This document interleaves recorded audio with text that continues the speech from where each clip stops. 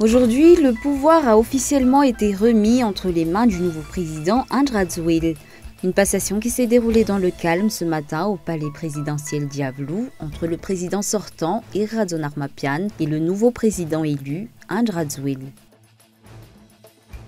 Parmi les 30 invités de marque venant d'un pays étranger qui assisteront à la cérémonie d'investiture du président André Rajoelina, 6 sont des chefs d'État. Leur présence peut être considérée comme un honneur pour Madagascar et tout son peuple. L'Union africaine a mis la pression sur la République démocratique du Congo en demandant la suspension de la proclamation des résultats électoraux définitifs. Les résultats contestés de cette descente aux urnes étaient au centre d'une réunion à huis clos à Addis Abeba entre la SADC, la CIRGL et l'Union africaine.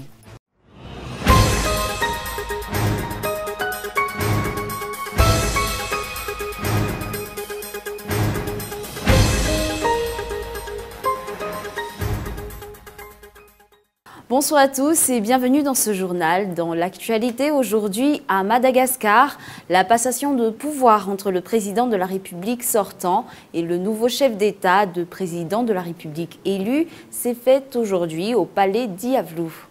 Une date qui marquera l'histoire du pays, un événement qui s'est déroulé sans problème. Regardons les extraits en images de cet événement historique à travers ce reportage de Michel Aranardzone et de Mien Tarangianaïf.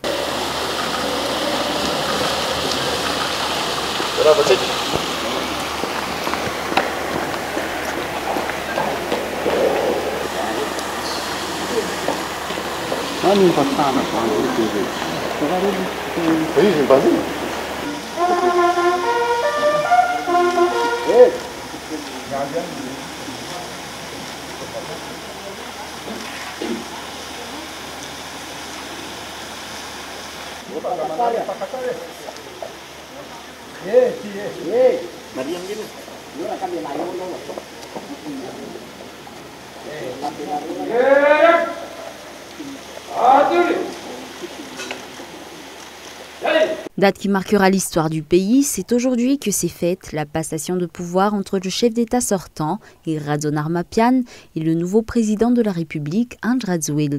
Ce dernier est arrivé au palais d'Iavlou à 11h.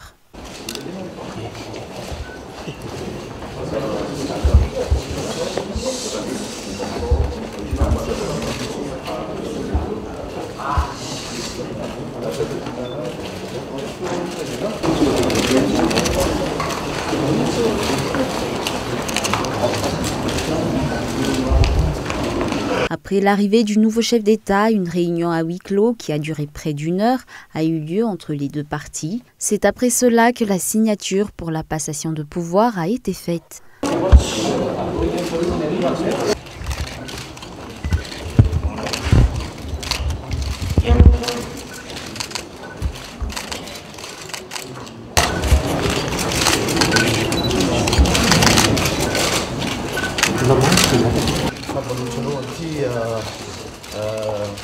Tota taratasy vitatsika simity zay taratry ny famindrakiny fahefana aminao président André Rajoelina zay filoham-pirenena vaovizim-bahoaka.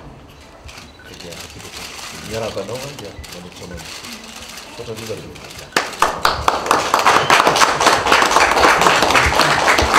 Cette cérémonie s'est déroulée dans le calme et sans aucun problème. L'ancien président Iradon Armapian n'a pas attendu longtemps avant de quitter les lieux. Voici un extrait de l'interview qu'il a accordée aux journalistes présents sur place. La passation de pouvoir est une étape importante pour Madagascar parce que c'est la première fois dans l'histoire du pays qu'il y a une passation de pouvoir entre deux présidents de la République élus. Et cela, selon moi, marque le respect de la démocratie et de l'État républicain.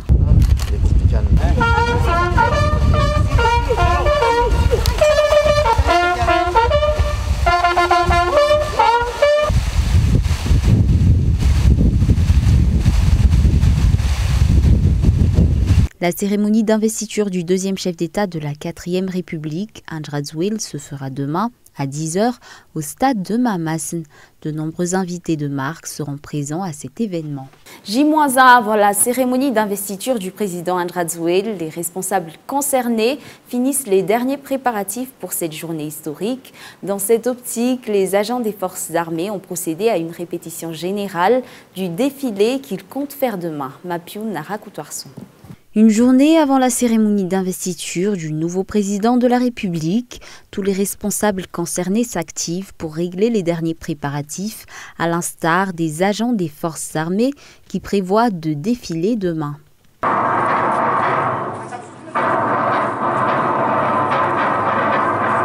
Dans le stade de Mamas, toutes les dispositions nécessaires pour cette cérémonie sont pour la plupart achevées. Les rues de la capitale ont aussi été décorées à l'aide de drapeaux et nettoyées pour marquer l'importance de cette journée pour Madagascar et le peuple malgache. Demain, les portes du stade de Mamas seront ouvertes dès 6 h du matin pour accueillir les invités.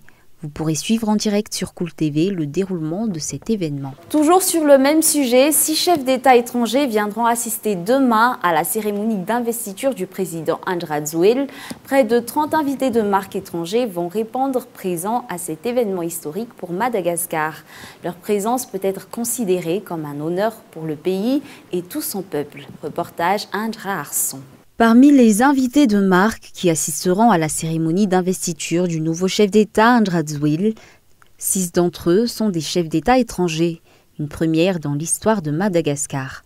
On retrouvera donc demain présent au stade de Mamas la présidente de la République fédérale démocrate d'Éthiopie, Alpha Condé, président de la République de Guinée, Edgar Lungu, président de la République de Zambie, Hage Geingob, président de la République de Namibie, Azali Assoumani, président de l'Union des Comores, Nana Addo Dankwa Akufo-Addo, président de la République du Ghana. Ce dernier a la même vision que le président Andrade, puisque pour le développement de son pays, il compte également se servir des richesses de son pays et non pas compter sur les aides venant de l'étranger. Le président du Ghana a également donné quelques conseils au président Andrade lors de sa tournée en Afrique pour l'élaboration du projet IEM. Outre ces chefs d'État, plusieurs États du continent africain ont envoyé des représentants de leurs pays respectifs pour assister à cet événement, tels que Daniel Kablan-Duncan, vice-président de la République de la Côte d'Ivoire, Sidiki Saba, envoyé spécial du Sénégal, Domingo Augusto Manuel, envoyé spécial du gouvernement angolais, et Bernard Makuza, président du Sénat, envoyé spécial du président de la République du Rwanda, ainsi que des représentants des îles voisines de la Grande Île, à l'instar de Vincent Méritant, vice-président de la République des Seychelles, Ivan Kalenda-Velou, Premier ministre adjoint, ministre de l'Énergie et des Services publics de l'île Maurice. Jean-Baptiste Lemoyne, secrétaire d'État auprès du ministère de l'Europe et des Affaires étrangères françaises, représentera le chef d'État français Emmanuel Macron. Abdoulaye Batili, conseiller spécial du secrétaire général des Nations Unies, le Dr Laurence Tax-Tergomena, secrétaire exécutif de la SADC, Madi Hamada, secrétaire général de la COI, et Wei, vice-premier ministre chinois, Gomez Diaz, ambassadeur extraordinaire et plénipotentiaire de la République de Cuba, Jong Ken-wo, envoyé spécial du gouvernement coréen, Akiba Kenya, envoyé spécial du premier ministre japonais, Sandra McCardell, ambassadeur du Canada, Mikhail Bogdanov, vice-ministre des Affaires étrangères de la Russie, mais également Nicolas Sarkozy, ancien chef d'État français, honoreront aussi cette cérémonie de leur présence. La présence de ces invités de marque pour cette cérémonie d'investiture démontre que plusieurs pays sur les 5 continents sont prêts à soutenir Madagascar dans son projet de développement par le biais de l'initiative pour l'émergence de Madagascar et des 13 serments faits par le nouveau chef d'État. Sur un tout autre sujet, l'année du reboisement 2018-2019 dans la région d'Analamangue a officiellement été ouverte aujourd'hui dans le Fouktan de Zafmbazakil, commune à Balavao. Dans la région d'Analamangue, 1500 hectares de terrain sont touchés par les feux de forêt, dont 100 hectares d'aires protégées. Pour lutter contre la déforestation à Madagascar, il faudrait faire un reboisement sur 4000 hectares par an. Dans la région d'Analamangue, l'objectif est un reboisement sur 3000 hectares. Ce reboisement fait également partie des objectifs du programme AS qui bénéficie d'un financement de 20 millions d'euros. Avant de passer aux actualités internationales, BFVSG s'appellera dorénavant Société Générale Madagascar, un nouveau nom qui marquera quelques changements importants au sein de cette banque, notamment en ce qui concerne les offres proposées à leurs clients. Cette firme compte accompagner l'économie malgache dans son développement. Reportage Mampiou Nara Coutoirson. Nouvelle année, nouveau départ. La banque connue sous le nom de BFVSG portera désormais le nom de Société Générale Madagascar. Outre ce changement de nom, cette banque compte apporter de nombreuses améliorations pour ses clients, notamment en matière de développement économique, en offrant un appui tant aux particuliers qu'aux entreprises. Alors l'enjeu en fait de la Société Générale Madagascar est très grand. C'est déjà d'accompagner l'économie malgache dans son développement, mais sur toutes ses facettes. Toujours cette notion de banque universelle, que ce soit pour les particuliers, en offrant des solutions de dépôt et de financement qui soient adaptées, mais aussi pour les entreprises, les accompagner dans tous leurs projets de développement. On est dans une phase importante de la vie à Madagascar et la Société Générale s'inscrit dorénavant dans le temps et l'affirme avec son nouveau nom, Société Générale Madagascar. En plus de l'offre proposée par Société Générale Madagascar et des projets mis en place pour contribuer au développement économique malgache, cette firme a mis à la disposition de ses clients la filiale YUP, une solution novatrice qui va favoriser le transfert d'argent. YUP sera une filiale de la Société Générale Madagascar et sera présente bientôt sur vos écrans télé, à la radio, en presse, et vous aurez plaisir de découvrir cette nouvelle solution qui arrive maintenant, qui est novatrice et qui arrive maintenant sur Madagascar. Alors, cette solution n'a pas vocation à concurrencer directement les très grands opérateurs téléphoniques qui font de l'enrôlement de masse de clients, mais d'offrir des solutions de gestion au quotidien de son argent, que ce soit pour les particuliers, c'est-à-dire que j'ai l'honneur de vous la présenter. Cette banque a déjà changé de nom à plusieurs reprises pour marquer un important changement. En 1925, elle était connue sous le nom de Banque de Madagascar, puis est passée à Banque de Madagascar et des Comores en 1950, avant d'opter pour Banque commerciale de Madagascar en 1972.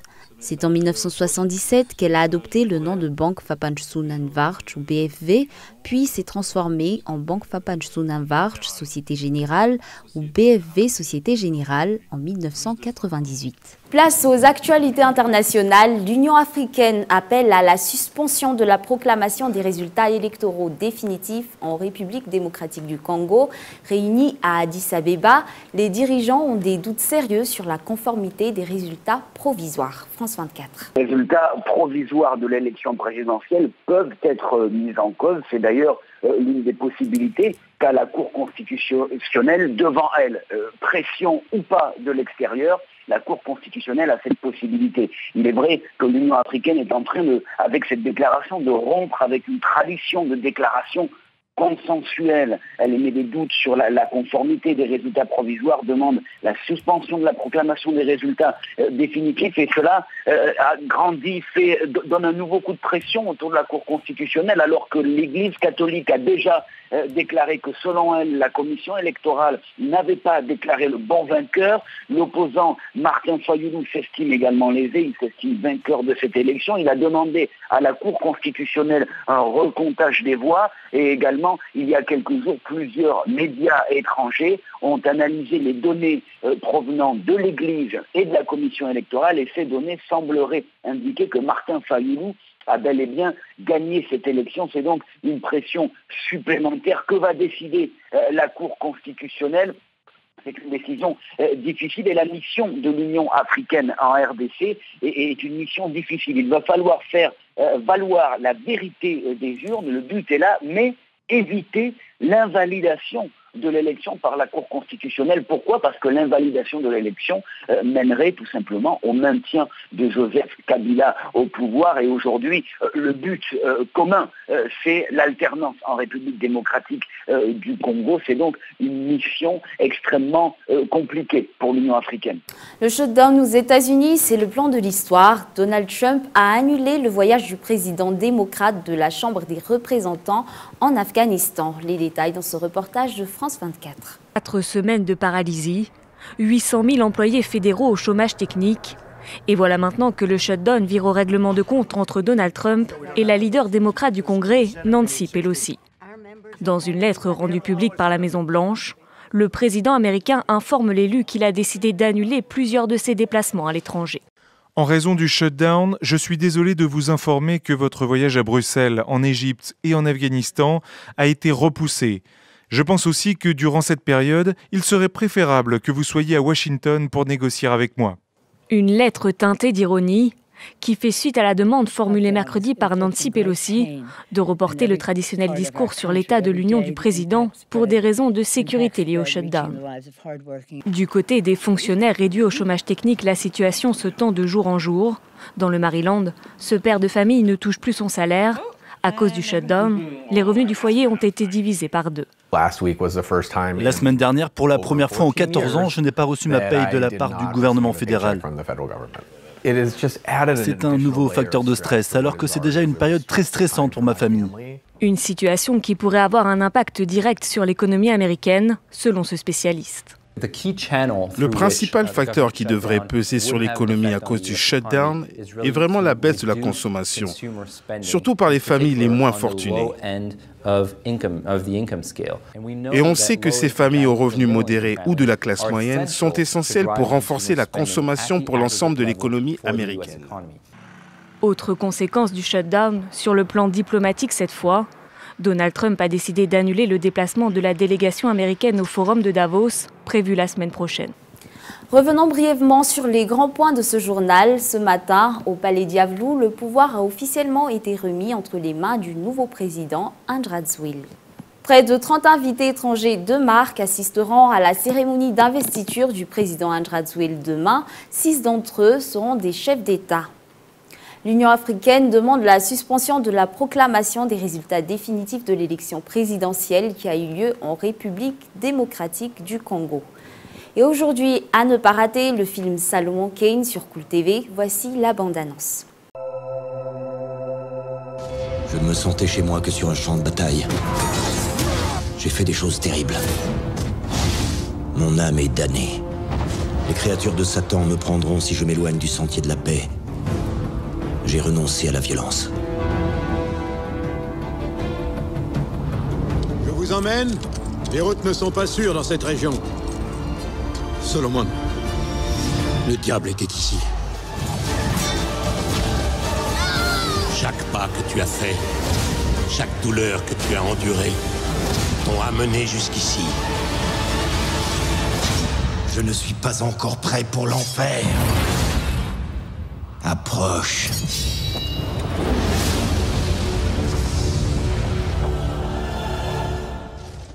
Et voilà, c'est la fin de cette édition. Au nom de l'équipe qui l'a préparée, je vous remercie de votre attention et je vous donne rendez-vous demain pour un nouveau journal. Au revoir.